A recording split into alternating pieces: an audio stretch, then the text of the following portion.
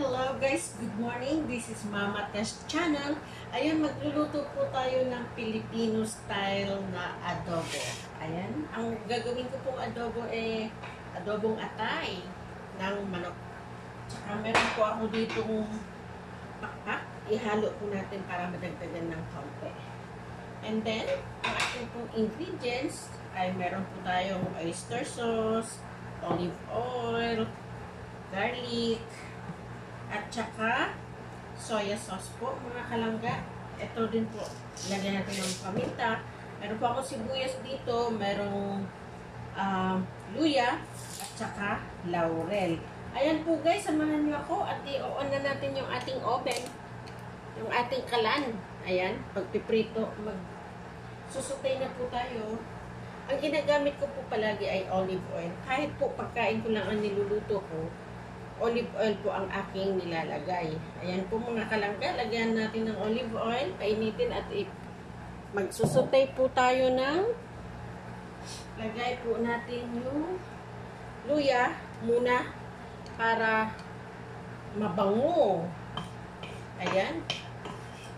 Halu-haluin po muna natin. Ayan, lagyan natin po muna ng luya.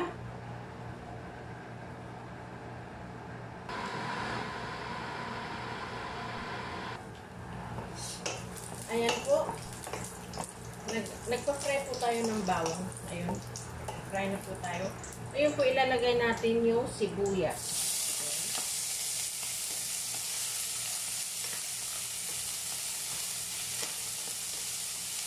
Tapos po dito, may nakaready na po akong bawang.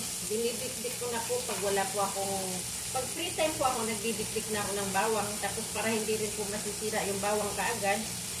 Kasi kung minsan nagda-dry siya, nagdidikdik na po ako, tapos nilalagyan ko lang po ng olive oil at saka nilalagay sa ref.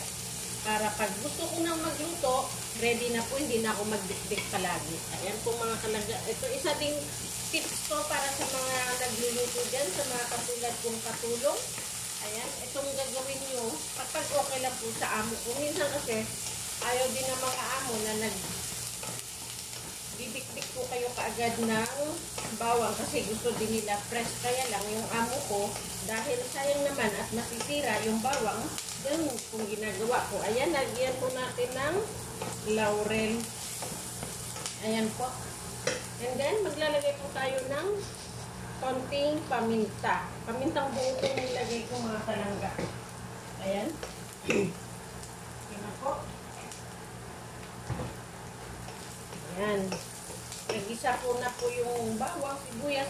Ang ginagawa ko po dito, inuuna ko po yung sibuyas before ng bawang para hindi po masusunog yung bawang kaagad. Ayan po mga kalangga, lagay na po natin yung manok. Gigisa po natin ng konti para mawala po yung mga taba-taba at saka maganda po ang lasa. Hindi po siya lansa, pag ginigisa po muna natin. Yung iba po kasi, nilamarinate na. Pero ako po, ang technique ko, ginigisa ko na rin yung chicken. Ayan, hintayin po natin na medyo mawala-wala yung dugo-dugo. Ayan. Hintayin po muna natin mga kalangga. Ayan, pag ready na, lagay na po natin yung mga ingredients. Yung mga toyo, suka, ayan, asin. Wait po muna natin ng konting mga kalangga.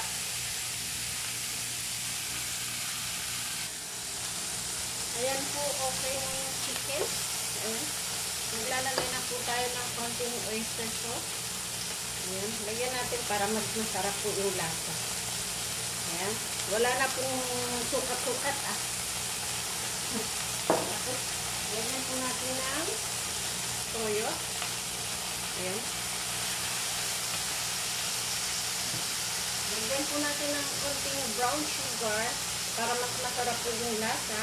Mag-aagaw po yung lasa ng suka at saka asukal.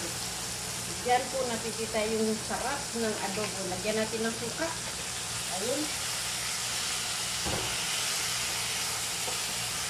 Ayan. Ito. Isisip muna natin ng konti. magbo-boil lang po siya para yung lasa ng ating mga ingredients mapupunta sa loob.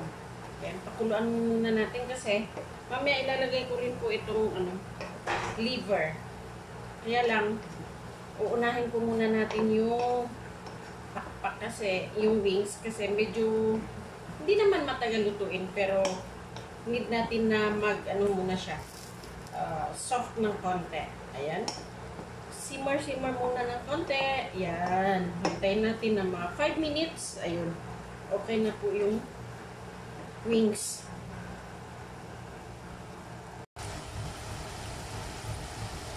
Ayan po, tingnan yung aking adobo. Ayan, ito na po yung sauce niya.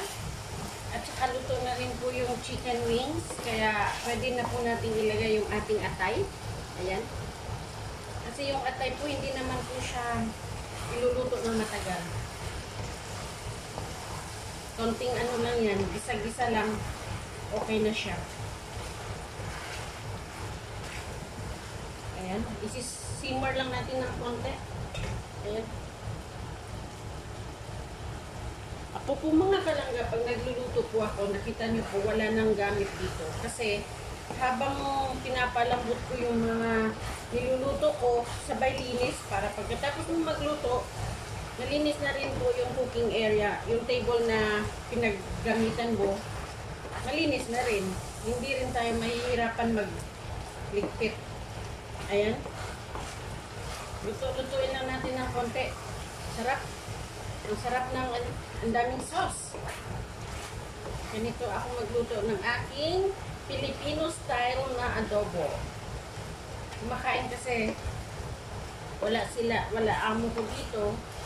Ginawa ko, nagluluto po ako kung anong gusto kong lutuin. Yung mga Filipino food, yan. Kaya, free kasi magluto. Ngayon, parang naisipan kong magluto ng aking pagkain, kaya, ayun, adobo, atay, at saka chicken wings mix. Ayan mga kalangga, luto na yung aking adobo. Ayan. Thank you. Please like and share po ng ating video and subscribe po sa Mama Tess channel. Thank you. Bye-bye.